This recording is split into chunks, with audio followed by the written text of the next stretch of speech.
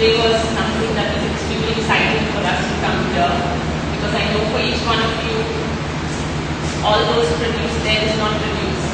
They are your babies. Yes. Okay?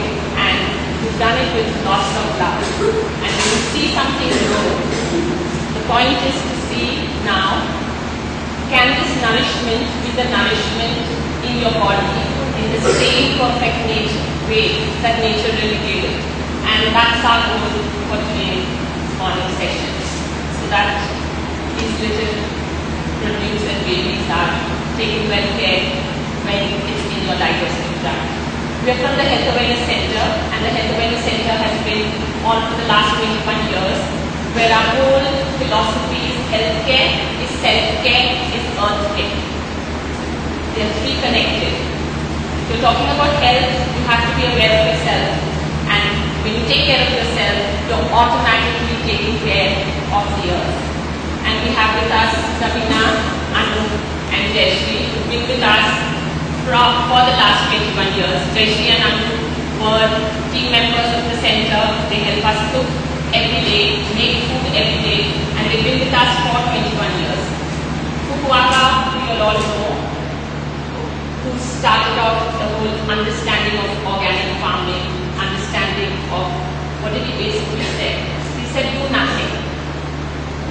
No tilling, no cultivation, no pesticides, no fertilizers. Don't do anything. Okay? In the same way, you don't have to do anything to food. You just have to make food. There is no complicated processes.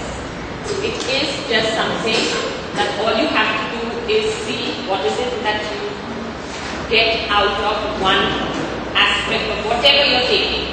So if it's a herb, take that one herb and enhance that flavor.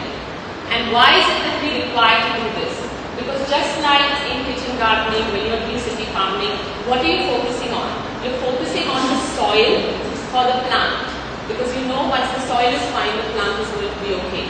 So similarly, what is the connection? Your plant is your body. And the soil is the food that you eat. When we talk about it being natural, when we talk about it being organic, the question is how long or what is the connection of being organic from the farm that's there to this table, which is you're going to be eating food. What's the connection?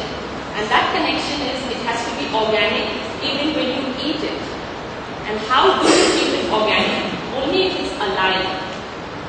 And in order for food to get processed in the body, in order for food to become nourishment in your body, it requires a worker to do that.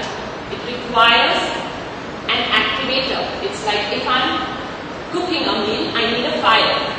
If I am using a check, I need my signature. Without the signature and fire, that process doesn't occur. And that happens in your body through what is termed as enzymes.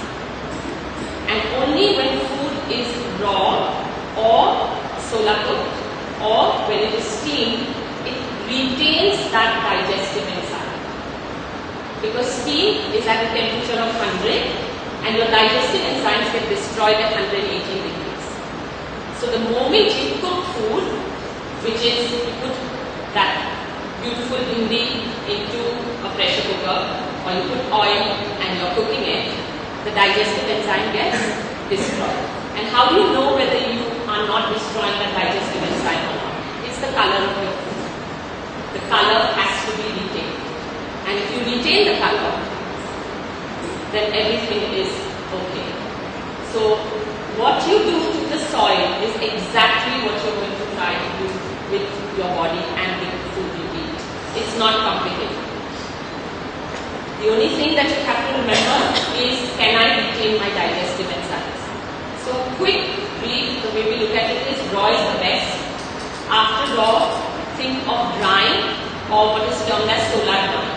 So there are sometimes that you get in abundance. You get lemongrass that is coming out of your ears. Okay? And you can't use it for so much. So what do you do when a herb you are producing is a lot? All you need to do is to sun dry it. Okay? When we talk about, we are in homes where there is dust, there is pollution, what do you do? When you're drying it, all you have to do is to put put a muslin cloth on top. You know, and that's put a muslin cloth. Okay, so when you put a muslin cloth, you're still getting air, the sun is still filtering in, so it gets dry, but you are taking off what is termed as the dust. So that's one of the ways that we look at it. After solar drying is what we term as steaming. Okay, I'm not going to use the mic, and I hope you're looking, because I have to show you, and that's going to be difficult for the mic. You can hear me?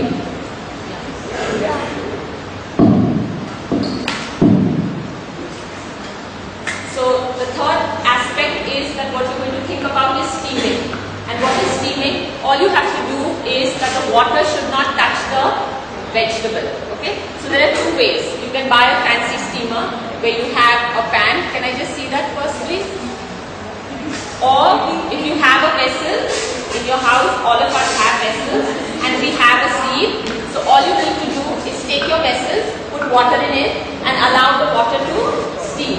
And then whatever vegetable that you want for your cooking, all you do is put your vegetable in that and cover it.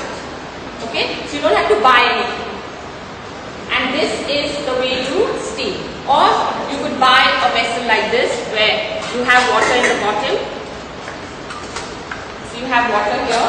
Okay? And then on top of this, you can put a colander, which is a steamer. And then if you have only one vegetable, you use one. And if you're making 2-3 vegetables, you put in. Okay? And that's all you do. Now the positive things about steaming is, in a pressure cooker, once you put things in, you can never open it. Okay? And when we start doing things, we don't know time. We don't know what's happening. Okay? In a steamer, when you do it this way, you can lift the lid whenever you want. Okay? And all you have to do is to see to it that the color doesn't change. If your color has changed, means it's gone. And most vegetables don't take more than 5 to 7 minutes to steam. Okay? We make food for about 150, 200 people every day, and we make about 12 to 15 dishes. We start working only by 7 o'clock in the morning, and by 10 in the morning it's all out. Okay? Nobody's toiling. Okay? The moment you sit in front of a gas and you are doing this, and you're doing your tadka, and you're cooking, and you're doing that, all the negativity of the day comes out, and you put that in your food. You get irritated. You get irritated with life, with cars, with everything. Okay? And that irritation is put in the food because you get hot. And then you take that and you bang it on the table and you say, you know what, you have to be so happy that I cooked for you. Okay? Why? When you steam, it can steam on one side. You can do what you want on the other side. And your hands are free. You're never in front of heat. So, raw, solar cooking or sun drying, and what you're going to use whenever you want to cook something is only through steaming. Okay? After steaming comes boiling. After boiling comes stir frying. So how do we use stir fry? Any vegetable which is your base, which is like the raw banana or the bhindi that I want to use, I'll steam it separately. And whatever masala I want to put in, I will stir fry it separately. And all I'll do is to mix the two. Okay? The other aspect that can be used after stir frying is what is termed as grilling. So sometimes you have an oven or a griller.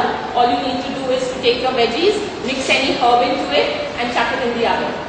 Okay? So your hands are free. You're not doing anything. Okay? And all of this doesn't need any oil. What you have to think of is oil is like a fertilizer. It is harming the system within you. So that's the range that you're working on. Okay? Pressure cooking, microwave, shallow frying, deep frying. When you do that, what you're eating is what is termed as dead food. Your body gets nothing out of it. It's foodless. And the easiest way you can look at it is if you use a masala for bhindi, cauliflower or 2-3 vegetables, you use the same masala. And if you have your eyes shut and you taste it, all three will taste the same. But when you steam a vegetable, when you use it raw, what do you get out of it? The taste of the vegetable. And that's how every vegetable tastes different. Okay, so that's what one has to look at. So use as much as raw and use as much as you steam. Okay, so all we do is you take a vessel.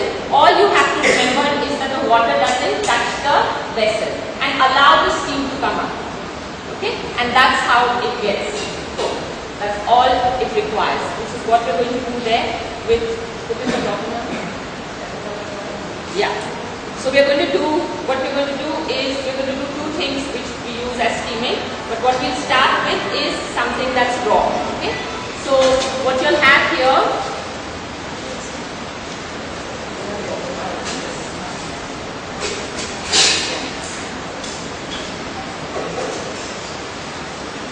just feel free to ask any questions if there's anything that grilling just now. Pardon? Grilling. Grilling, yes. Grilling in the oven. Yes. Right? With the Yes. heat on top. Yes. That's not so bad. It's better than heat naan. Not as good as steaming. It's not as good as steaming, but sometimes you want that slight brown, you want that little bit of crispness, okay? So then that helps when you're doing. There are some vegetables that are a bit sticky. But when you grill, people say to put a little olive oil or something. No oil. You don't need to. You can just put a little. All nuts have its oil in it. 1 tablespoon of oil is got by 200 grams of nuts. Okay? In 1 tablespoon of oil you can't fry a bhajia, you can't fry a potato chip. Okay? But in 200 grams of nuts, you never use 200 grams of nuts. So all nuts have a bit of an oil content. So when you're grilling, all you can do is to sprinkle a little nut on top. Okay? And it could be any nut. It could be peanut, it could be sesame seed. Like you've got so much of peanuts there. Okay? So you can use any one of them. So the entire aspect is that you use any herbs, but keep your herbs as much as possible raw and fresh. And when you're using herbs, okay, try using herbs singularly, which is don't mix everything. You know, so you've got your mint also, and you're putting coriander also, and you're putting ginger, and you're putting garlic, and you're putting everything in. Then you don't get the taste of anything. Use one herb. And if you're using a herb in cooking or when you're putting in it, always put the fresh herb last. Don't put it in the beginning. Then the flavor gets enhanced better. And if you're using 2 herbs, then all you have to remember is when you add 1 herb in, okay, wait for that flavor to come out and then add the next herb. So when you talk about some people cook better, you use the same recipe, but the flavor has not come. It's because you've not allowed the flavor of that herb to come out. Okay, and we are what we term as animals of senses. So the food that you make for nourishment should look good, should smell good, should taste good. Okay, it can't be that when I'm eating something that's good for me, it has to be boring. Okay, it cannot be tasty, it must be tasty. And what nature has done for us through that is all the herbs. Just look at everything that you've got here. You've got lemongrass, you've got basil, you've got allspice, you've got tulsi, you've got all of it. And all of this can be used in your food. Okay? Yes? So, we have a bit of raw papaya there, right? Whatever we're making here, you're going to be tasting it out. Okay? So, you'll have an idea on how it tastes. Okay? So, again, with making food, please use your hands. Okay? As long as they're clean. Because what you're taking with your hands is what? Your prana, which is your energy in. Okay? So all your anger also you can show. Okay? And all your love. So when they say heart ka swaad, what do they mean by it? Okay? It's because you're putting out an energy. Okay? And this is not hygiene. Using a spoon and mixing doesn't necessarily mean that you are